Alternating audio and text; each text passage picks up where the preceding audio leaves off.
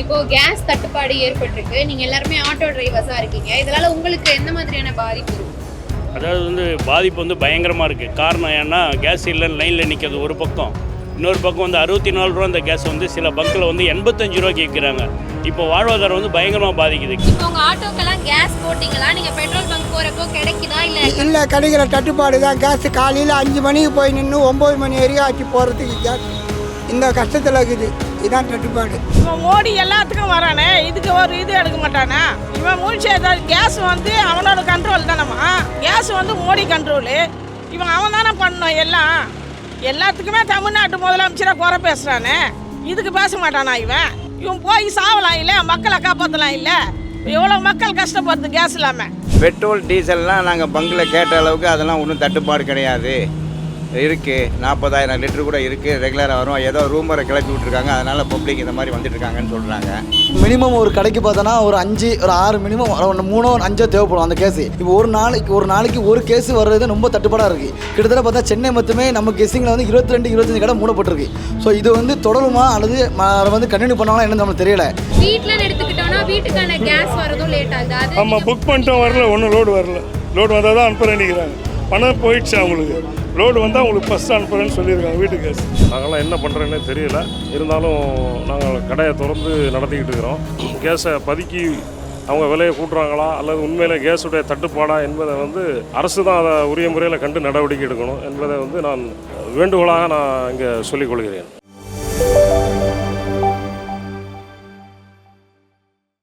Beyond headlines நேயர்களுக்கு வணக்கம். Iran மீது அமெரிக்காவும் இஸ்ரேலும் தொடர்ந்து போர் நடத்திட்டு இருக்கக்கூடிய காரணத்தால் இந்தியாவில் பெட்ரோல், டீசல், கேஸ் சிலிண்டர் மாதிரியான பொருட்களுக்கு தட்டுப்பாடு ஏற்பட்டிருக்கு. அது மட்டும் இல்லாமல் இது கருப்பு சந்தையில் விற்பனை பண்ணால் அவங்க மேலே நடவடிக்கை எடுக்கப்படும், எஸ்மா சட்டத்தின் மூலமாக நடவடிக்கை எடுக்கப்படும் அப்படிங்கிறதையும் சொல்லியிருக்காங்க. இது சம்பந்தமாக இன்னைக்கு பப்ளிக் கிட்ட நம்ம பல்வேறு கருத்துக்களை கேட்டு தெரிஞ்சுக்க போகிறோம். அதுலேயும் குறிப்பாக ஒவ்வொரு வீடுகளுக்கும் போய் சிலிண்டர் போடக்கூடியவராக இருக்கலாம், பொதுமக்களாக இருக்கலாம், டீ கடை வச்சிருக்கிறவங்க, பெட்ரோல் பங்குக்கு லைனில் வெயிட் பண்ணுறவங்க, ஆட்டோக்கார், இப்படின்னு பலர்கிட்டையும் அவங்களுடைய கருத்துக்களை கேட்டு தெரிஞ்சுக்கலாம். உங்ககிட்ட என்ன சொல்கிறாங்க? நீங்கள் ஒரு வீட்டுக்கு கேஸ் இப்போ என்னப்பா கேஸ் புக் பண்ண, கேஸ் வரலன்னு தான் சொல்கிறாங்க. ஏம்மா கேஸ் பில்லு வந்துச்சுன்னா எடுத்துன்னு போகிற கடமை எங்கள் கடமை. அதுவும் ஓடிபி சிலிண்டர் இருந்தால் தான் ஒரு சில போடணும். ஓடிபி இருந்தால் தான் போடணும். ஓடிபி இல்லைன்னா கம்பல்சரி சிலிண்டர் போடக்கூடாது. சிலிண்டர் எடுத்துன்னு சொல்லிட்டாங்க. ஓனரே சொல்லிட்டாரு ஓடிபி இருந்தால் போடுங்க. ஓடிபி இல்லைனா யார் இருந்தாலும் சரி, டிஎஸ் நம்பர் இல்லைன்னா தயவுசெய்து போடாதீங்க அப்படின்னு சொல்லிட்டு எங்களை பொறுத்த வரைக்கும் நிறைய பேர் பொதுமக்களும் கேஸ் கேட்குறாங்க. ஆனால் நாங்கள் கொடுக்க முடியாது. வீட்டுக்கான கேஸ் தான் நம்மளால் கொடுக்க முடியும். இப்போ கேஸ் தட்டுப்பாடு ஏற்பட்டிருக்கு. நீங்கள் எல்லாருமே ஆட்டோ டிரைவர்ஸாக இருக்கீங்க. இதனால் உங்களுக்கு எந்த மாதிரியான பாதிப்பு இருக்குது? அதாவது பாதிப்பு பயங்கரமாக இருக்குது. காரணம் ஏன்னா கேஸ் இல்லைன்னு லைனில் நிற்கிறது ஒரு பக்கம். இன்னொரு பக்கம் 64 ரூபா அந்த கேஸ் சில பங்கில் 85 ரூபாய்க்கு விற்கிறாங்க. இப்போ வாழ்வாதாரம் பயங்கரமாக பாதிக்குது. கேஸ் ரேட்டு அதிகமாகி போச்சு. 85 ரூபா. அதை 1 லிட்டர் கேஸ் தான் வரும் 85 ரூபாய்க்கு. அப்போ நம்ம கஸ்டமர்கிட்ட 10 ரூபா கூட 20 ரூபா கேட்டால் நான் என்ன பண்ணுறது, என்ன பண்ண சொல்கிறீங்க கேஸ் ஏற்றிட்டா அப்படின்னு பொதுமக்கள் பிரச்சனை பண்ணுறாங்க. எங்களோட வாழ்வாதாரம் பயங்கரமாக பாதிக்கப்பட்டிருக்கு. இது கேஸ் இல்லை அப்படின்னு ஒரு பக்கம் நிற்கிறோம். இன்னொரு பக்கம் பார்த்தா ரேட்டு ஹெவியாக இருக்குது. இன்னொரு பக்கம் பார்த்திங்கன்னா தொழிலாளிங்க ரொம்ப பாதிக்கப்படுறாங்க. இதனால் அரசாங்கம் ஒரு நல்ல முடிவு எடுக்கணும். இப்போ 4 இடம் ஒரு 5-6 பங்கு பார்த்துட்டு தான் வர மூடி தான் இருக்குது. மூடியில் அது இல்லாமல் இஷ்டத்துக்கு ரேட்டு ஏற்றி வச்சுருக்குறாங்க. அது இங்கே எக்மூரில் ஒரு ரேட்னா ஐயப்பந்தாங்கில் ஒரு ரேட்டு, அம்பத்தூரில் ஒரு ரேட்டு, அந்த மாதிரி ரேட்டு வித்தியாசம் வருது. ஒரு இடத்துல 59, இங்கே 69, அப்புறம் 79 அப்படியெல்லாம் வருது வித்தியாசம். இந்த மாதிரிலாம் வித்தியாசம் பட்டு கேஸ் டிமாண்ட் பண்ணி இந்த மாதிரி இது பண்ணுறாங்க. வீட்டில் எடுத்துக்கிட்டோம்னா வீட்டுக்கான கேஸ் வரதும் லேட் ஆகுது. ஆமாம், புக் பண்ணிட்டோம், வரல, ஒன்றும் லோடு வரல. லோடு வந்தால் தான் அனுப்புகிறேன் நினைக்கிறாங்க. பணம் போயிடுச்சு அவங்களுக்கு. லோடு வந்தால் உங்களுக்கு ஃபஸ்ட்டு அனுப்புகிறேன்னு சொல்லியிருக்காங்க வீட்டு கேஸ். அதாவது இப்போ அமெரிக்கா இஸ்ரேல் போர்னால தட்டுப்பாடு ஏற்படுது கேஸ்லாம். இதனால் பாதிக்கப்படுறது முழுக்க கடையில் இருக்கக்கூடிய ஆட்களும் சரி, வீட்டில் இருக்கக்கூடிய மக்களும் சரி ரொம்ப பாதிக்கப்படுறோம். எந்த அளவுக்கு பாதிப்புனா மினிமம் ஒரு கடைக்கு பார்த்தோன்னா ஒரு 6 மினிமம் 3 5 தேவைப்படும் அந்த கேஸு.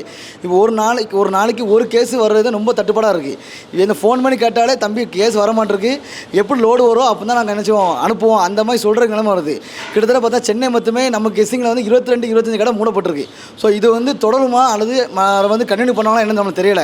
ஸோ மத்திய அரசாங்கம் சரி அதை முன்னெடுத்து நம்ம பாதிக்கப்பட்ட மக்களுக்கு எப்படியாவது அதை குரல் கொடுத்து கேஸை மறுபடியும் இந்த ப்ராப்ளத்தை சால்வ் பண்ணுங்காண்டி இன்ஷால்லா அந்த கடை சார்பாக கோரிக்கை வைக்கிறோம். இப்போ உங்க ஆட்டோக்கெல்லாம் கேஸ் போட்டிங்களா? நீங்க பெட்ரோல் பங்க் போறப்போ கிடைக்குதா இல்ல? இல்லை, கிடைக்கிற தட்டுப்பாடு தான். கேஸ் காலையில் 5 மணிக்கு போய் நின்று 9 மணி வரைக்கும் ஆச்சு போகிறதுக்கு கேஸ். இந்த கஷ்டத்தில் இருக்குது. இதான் தட்டுப்பாடு. பெட்ரோல் கேஸ் இதெல்லாமே தட்டுப்பாடுன்னு சொல்லிருக்காங்க. ஆமா. நீங்க டீயும் விக்கிறீங்க. ஆமா, ஆமா. இப்ப கேஸ் பிரச்சனையால உங்களால அது எங்களை மாதிரி வியாபாரிகளுக்கு பொறுத்தவரை இப்போ கேஸ் வந்து தட்டுப்பாடாக இருக்குது. சிலிண்டர்லாம் ஸோ விலைவாசியும் 3000 ரூபா கேட்குறாங்க. அதனால் எங்களுக்கு கொஞ்சம் சிரமமாக தான் இருக்குது. பெட்ரோல் டீசல்லாம் நாங்கள் பங்கில் கேட்ட அளவுக்கு அதெல்லாம் ஒன்றும் தட்டுப்பாடு கிடையாது. இருக்குது 40,000 லிட்டரு கூட இருக்குது. ரெகுலராக வரும். ஏதோ ரூமரை கிளப்பி விட்ருக்காங்க. அதனால் பப்ளிக் இந்த மாதிரி வந்துட்டுருக்காங்கன்னு சொல்கிறாங்க. ஆனால் எங்களை பொறுத்தவரைக்கும் இந்த கேஸ் சிலிண்டர் விலையெல்லாம் இப்போ டிமாண்டில் இருக்குது. ரெண்டாவது 3000 ரூபா, சின்ன சிலிண்டருக்கு 2500 இந்த மாதிரி ரேட்டில் கேட்குறாங்க. அது ரன் பண்ணுறது கொஞ்சம் கஷ்டமாக இருக்குது. அங்கே போர் நடக்குது, எவனோ ஒருத்தன் செத்ததுக்காக. இப்போ நாட்டு மக்கள் எவ்வளோ கஷ்டப்படுறாங்க. இருக்கிறவங்க கேஸில் ஆக்கி துண்ணாங்க, இல்லாதவங்க அடுப்பு கிருஷ்ணாவில் ஆக்கி துண்ணாங்க. இப்போ கேஸில் சமைச்சு சாப்பிட்டுவங்க கேஸ் இல்லாமல் என்ன பண்ணுவாங்க? இவன் மோடி எல்லாத்துக்கும் வரானே, இதுக்கு ஒரு இது எடுக்க மாட்டானா? இவன் மூழ்ச்சி ஏதாவது கேஸ் வந்து அவனோட கண்ட்ரோல் தானம்மா. கேஸ் வந்து மோடி கண்ட்ரோலு. இவன் அவன் தானே பண்ணணும் எல்லாம். எல்லாத்துக்குமே தமிழ்நாட்டு முதலமைச்சராக குறை பேசுகிறானே, இதுக்கு பேச மாட்டானா? இவன் இதுக்கு போய் தலையிட மாட்டானா? இவன் போய் சாவலாம் இல்லை, மக்களை காப்பாற்றலாம் இல்லை? எவ்வளோ மக்கள் கஷ்டப்படுது கேஸ் இல்லாமல். இப்போ பார்த்தீங்கன்னா கேஸ் புக் பண்ணுறதுக்கு ஒரு 21 நாள் 25 நாள் கழிச்சு தான் புக் பண்ணணும். இப்போதைக்கு ரூல்ஸ் வந்துக்குது.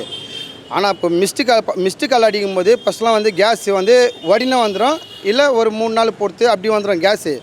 இப்போ வந்து புக் பண்ணாங்கன்னா நைட்டில் தான் புக் பண்ணணுன்னு சொல்லிட்டு சொல்கிறாங்க. ஒரு சில பேர் அன்டைமில் பண்ணோம், 12 மணிக்கு பண்ணோம், விடைக்காலத்தில் 4 மணிக்கு பண்ணோன்னு சொல்லிட்டு இந்தியன் ரூல்ஸ் போடுறாங்க. அது மக்கள் ஃபோன் அடி சொல்ல யாருமே ரெஸ்பான்ஸ் கொடுக்க மாட்டாங்க. அது இந்தியன் ஆயிலே வந்து ஒரு ரெஸ்பான்ஸ் ஆஃப் பண்ணிச்சுறாங்க. இங்கே போனால் ஆஃபீஸில் போனால் அங்கே வந்து சரியாக ஒரு ரெஸ்பான்ஸ்ன்றது கிடைக்க மாட்டேது.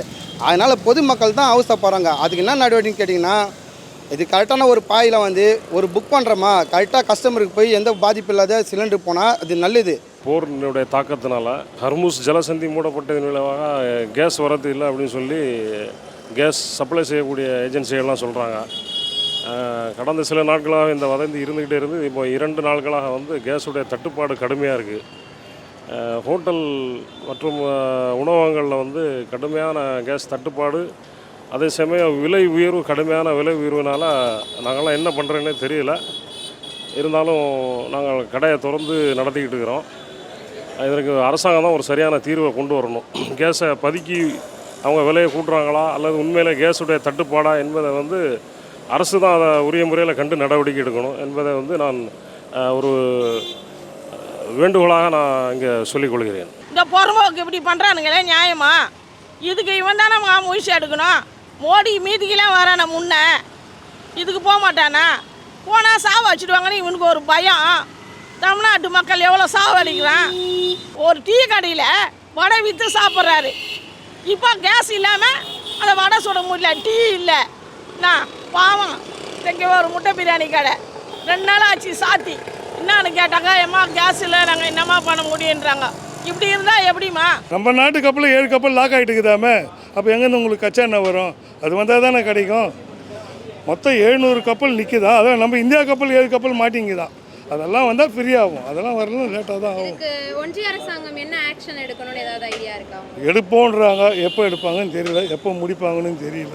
இருக்கிற வரைக்கும் ஓட்டுவோம், இல்லைன்னா ஓரம் கட்டிட்டு கோயிலுக்கெல்லாம் சுற்றலான்னுக்கிறேன். வேறு ஐடியா இல்லை. பொதுமக்கள் ஆர்வத்தை சொல்லணும்ப்பா. கேஸ் புக் பண்ண வரவே இல்லை, ஒரு போனாச்சா ரெஸ்பான்ஸ் கொடுக்க மாட்றாங்க, கேட்டால் இல்லைன்றாங்க அப்படின்லாம் சொல்லுவாங்க ஆஃபீஸில். நம்ம ஒன்று சொல்லுவோம், ஆஃபீஸில் ஒன்று சொல்லுவாங்க. இப்போ நம்ம கடமைனா பில்லு வந்தால் போகிற கடமை எங்கள் கடமை. என்ன நண்பா?